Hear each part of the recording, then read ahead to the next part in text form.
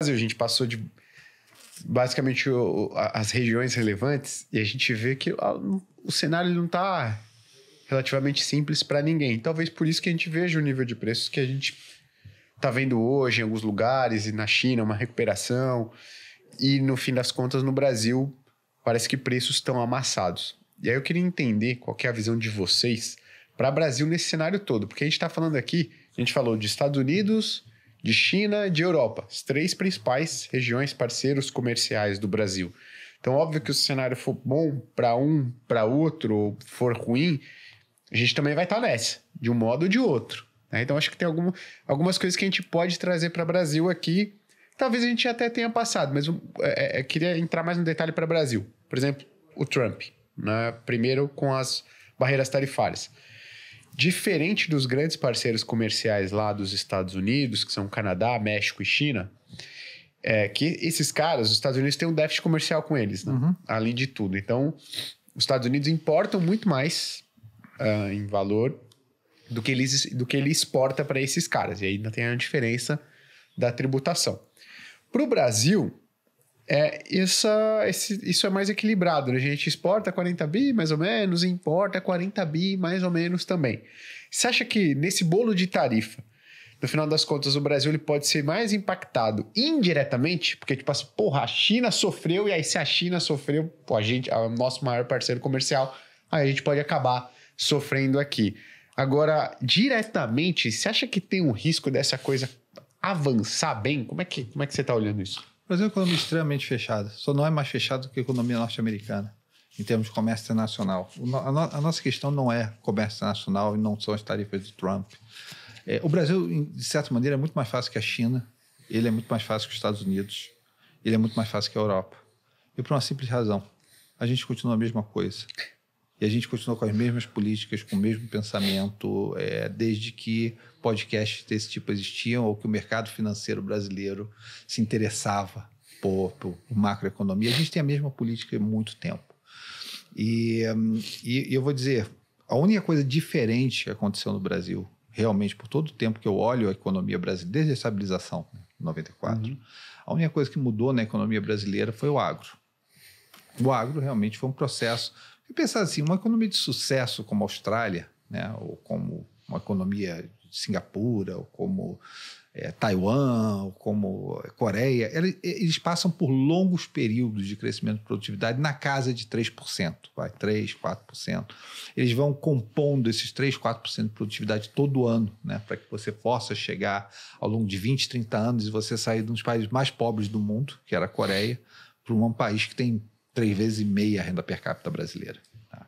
É assustador o quanto o Brasil... Quanto tempo eu olho essa renda per capita de $10 mil do Brasil? Nossa, $10 mil que eu digo na casa de $10 mil, tá? Vai ali 8, 10... Essa casa que não passa $10 mil. Desde que eu me conheço como jeito. No meio tempo, os Estados Unidos já foram para uma renda per capita de $70 mil. O americano médio é 7 vezes mais rico que o brasileiro.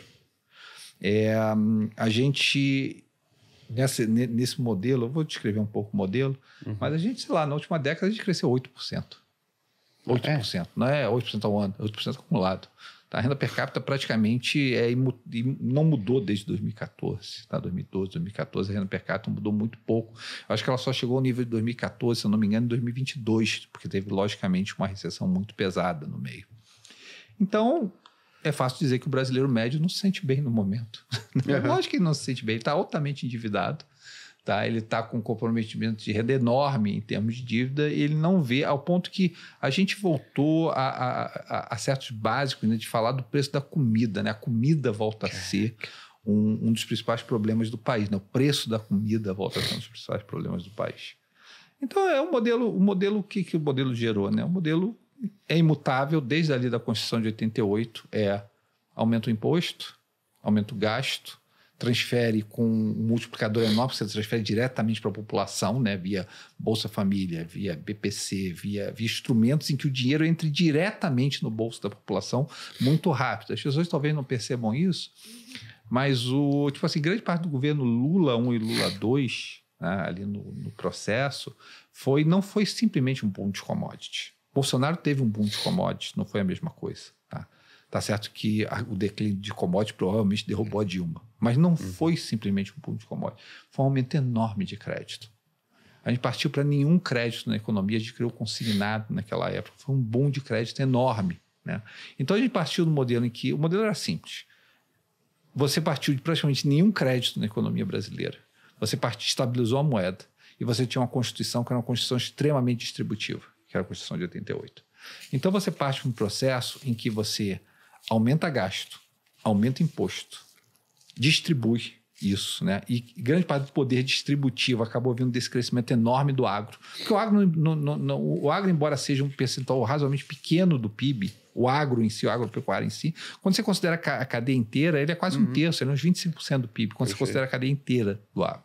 Então emprega muito pouca gente, mas tem cria uma capacidade distributiva enorme no país. Porque como é 25% da economia, você consegue...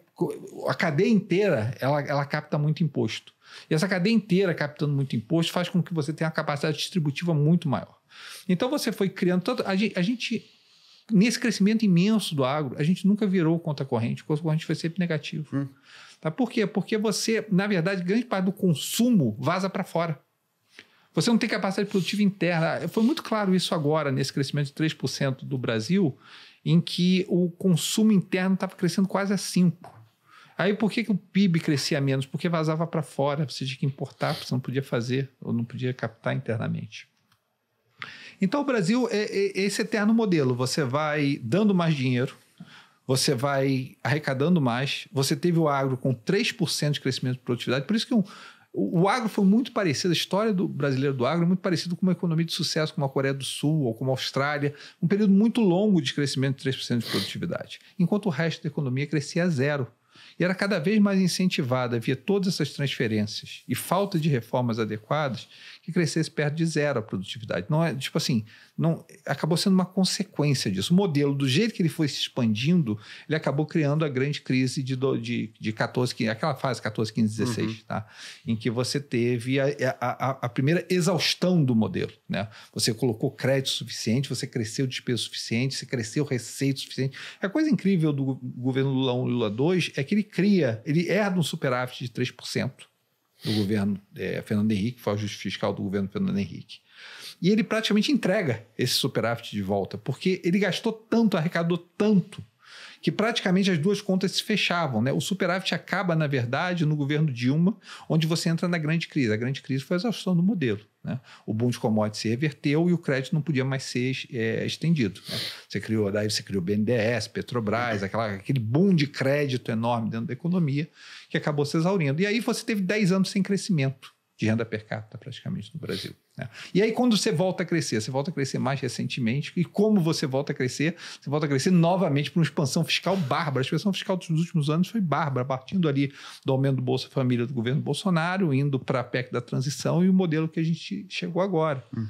O Brasil é fácil de entender, o Brasil não é difícil de entender. É um país em que precisa, em algum momento, de uma reinvenção de produtividade. A reinvenção do Brasil tem que ser uma reinvenção de produtividade. Agora, o problema que você tem, vamos voltar ao pêndulo ali do Fahrenheit 451 e do fiscal, alguém vai ter que sentar e repensar. Porque... E não adianta, tipo assim, não adianta dizer fulano foi eleito. Se você me bota, tipo assim, eu tô com um discurso aqui, que é um discurso que eu digo, é um tema de produtividade. Me bota no Planalto agora e vê se eu consigo fazer. Eu faço mesmo, eu não duro 2 meses, eu vou ser impeachment. Eu não duro, entendeu? Porque você tem... Hoje o Brasil, todo mundo sabe disso, é praticamente um parlamentarismo. O poder do presidente da República é muito baixo, né? A não ser, ainda tem um poder para fazer algumas besteiras, para fiscal, mas o poder do presidente... É só você ver o que o presidente Lula... Tipo assim, o que o presidente Lula conseguiu fazer nesses 2 anos de governo? Entendeu? Muito pouco, porque é tudo engessado. Sim. Entendeu? Hoje, da despesa discricionária do orçamento, ela está quase toda na mão do Congresso via as emendas do relator. Tá? Sobrou quase nada para o presidente de despesa discricionária. Por isso que quando você vai falar de fiscal brasileiro, você acaba batendo hoje no parafiscal. É pé de meia. Entendeu? São coisas que vão por fora do fiscal e tentam driblar esse fiscal. Eu não sei como é que essa proposta de imposto de renda vai transitar. Tá? Você tem o imposto de renda dos R$5.000, do limite, e aí você tem a compensação. Eu não tenho a menor ideia como é que isso vai transitar. Tem uma frase legal do... Porque o cara não tem o Congresso.